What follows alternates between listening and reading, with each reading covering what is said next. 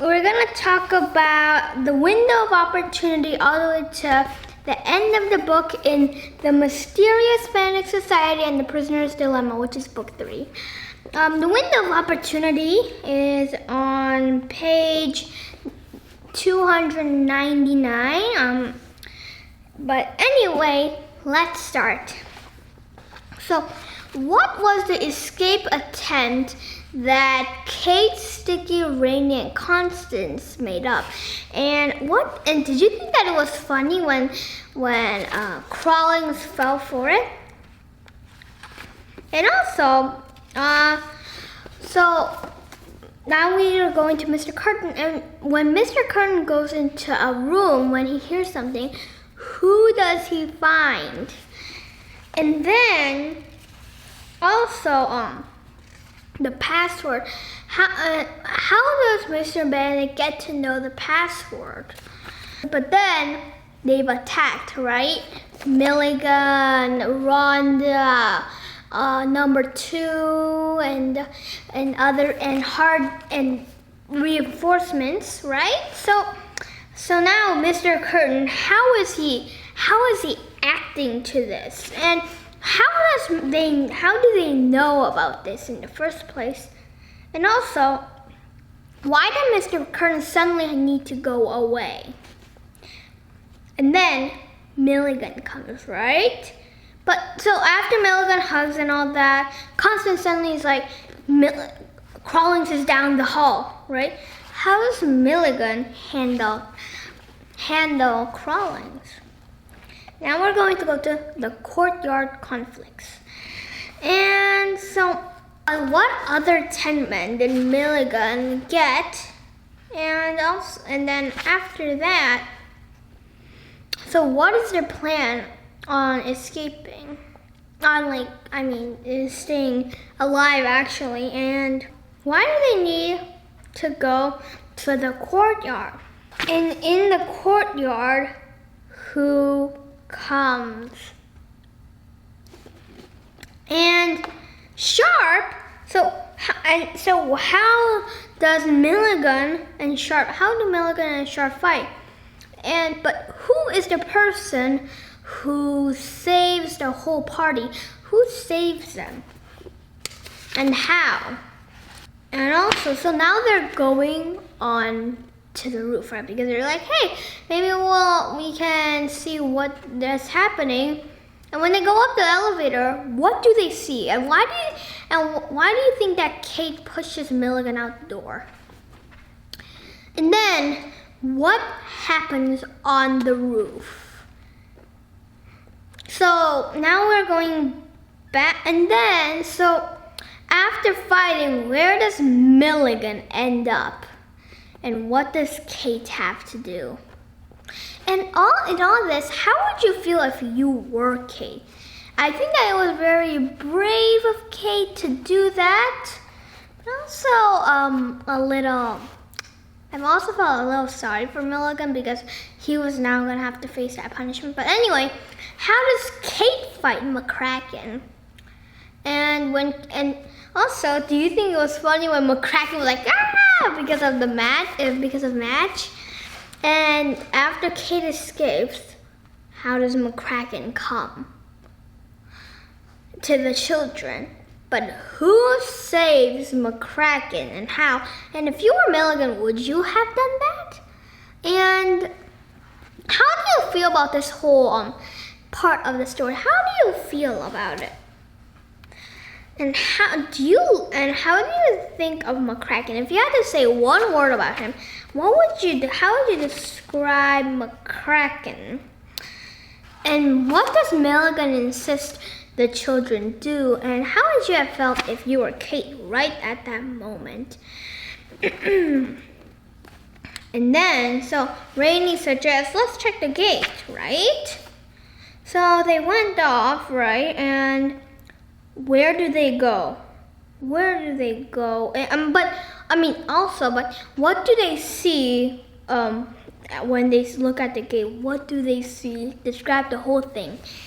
So then, they began to sneak through other empty corridors, and then finally they see SQ, right? So they go the other way. And where do they get there? Where do they go? And how do they react to the and what happens at the salamander? So they're deciding, and what are they gonna do with the salamander? And why does suddenly the salamander begin moving, like mysteriously without people touching? And Mr. Curtin, right? What did he have so that he could control the salamander? What other adjustment had Mr. Curtin have done to his wheelchair? So Mr. Curtin called SQ, right? And what did you predict that would happen to SQ when you were reading this? And when an SQ goes, right? And then who suddenly also appears at the scene? And then what happened? And then so Mr. Carnage, and then so they're trying to get away, right? What happens? And why do you think Mr. Kern just, wanted to kill himself? And also, how did you feel about this moment? How did you feel to Mr. Kern right now? Did you feel sorry for him, or were you like, he's still evil? What did you think about him? And then, now we're going to projects and poetry. And in here,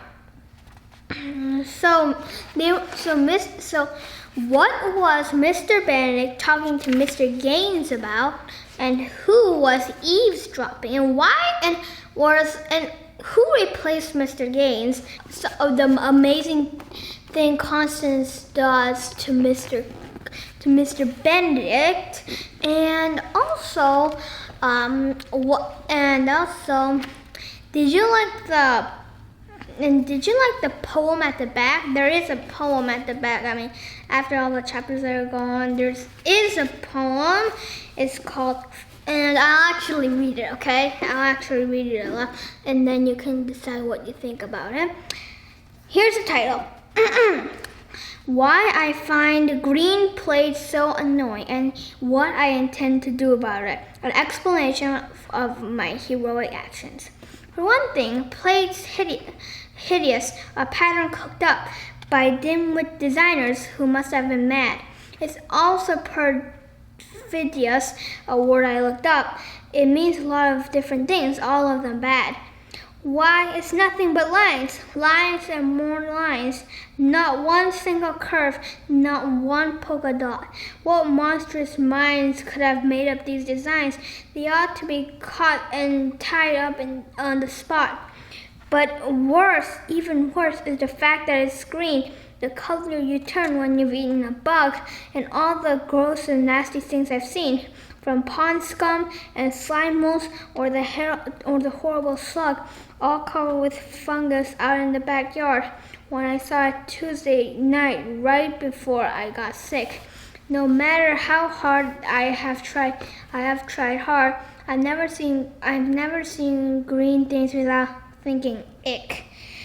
So what can I do? There isn't much for it if I'm gonna get rid of this hideous sight. It's green plate I hate, and I abhor it. Then action is called for, a battle, a fight. I must free the man who so long has been held up behind prison fences, that crisscrossing plate, long covered by so much green grass green. is availed. I must save the man who will soon be my dad, for he is my dad. Then with him I'll be seen. So away with this plate and good day to this green. And so what happens after Mr. Benedict reads this,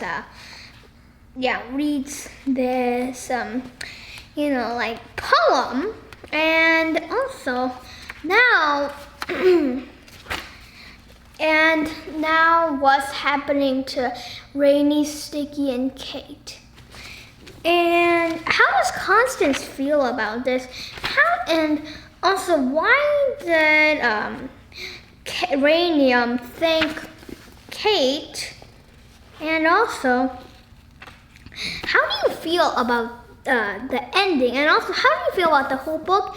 And what was your favorite part from this book, or just the chapters we discussed today? And there's also some other books that Trenton Stewart has made.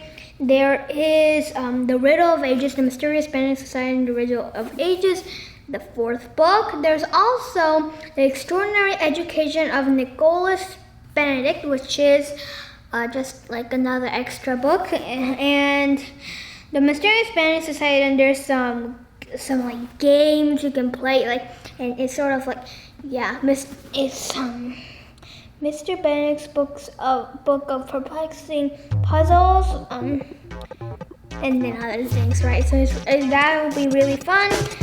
I hope that you really enjoyed this book with me, and you have a great day.